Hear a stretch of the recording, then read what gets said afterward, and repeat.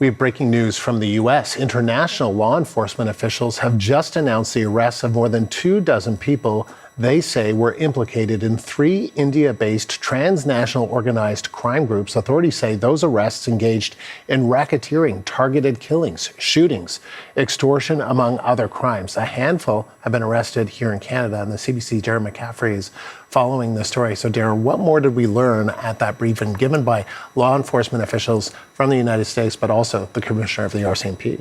Well, certainly this was a big operation, as you say, involving those law enforcement agencies from the United States, from Canada and across Europe as well. 24 defendants effectively being indicted against 3 separate charges. And as you said, this is related to Indian-based transnational organised crime. It involves a lot of racketeering, a lot of drugs, a lot of guns.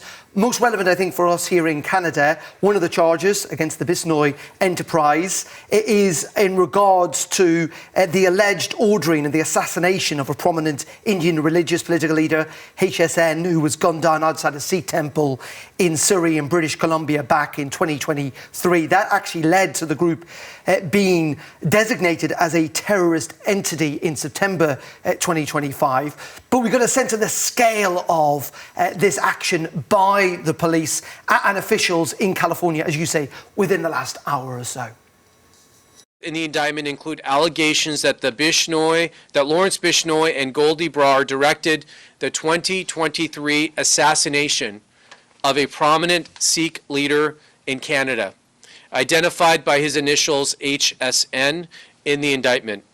The gang used this assassination and other high-profile acts of violence to terrorize Sikh and other Indian communities, and they used acts of violence to legitimize and bolster widespread extortion schemes. What's extraordinary about all of this is that much of that criminal activity seems to have come from people actually who are already inside prison, particularly in India. This coordination happening behind bars. You heard the name Goldie Brar there mentioned by the officials in California. He is still at large, and US police asking for people to come forward with any information. Mm-hmm. And we should just let our audience know, for those who are watching, HSN, they are the initials for Hardeep Singh Nijjar. Darren, this was an operation that involved a number of police forces from around the world.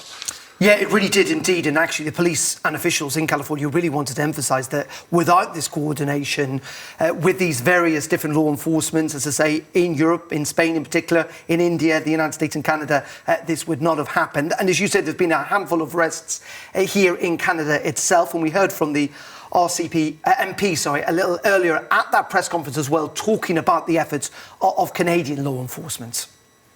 These groups are known to prey on the less fortunate to carry out the criminal activities. At the same time, we're putting a stop to a significant flow of drugs and firearms into Canada. We accomplished this thanks to the efforts of thousands of officers here in the United States and in Canada who today executed search warrants and arrests, immediately halting the ability of these criminals to continue to terrorize people in both countries and beyond. So a big operation, lots of arrests, and it's, I think in many ways, just the scale of all of this. We're talking about everything from alleged assassinations to gun running to drugs and racketeering. But clearly, officials in California pleased that with this coordinated action that they've managed to arrest so many people due to the efforts of those law enforcement groups. Darren, thank you. The CBC's Darren McCaffrey.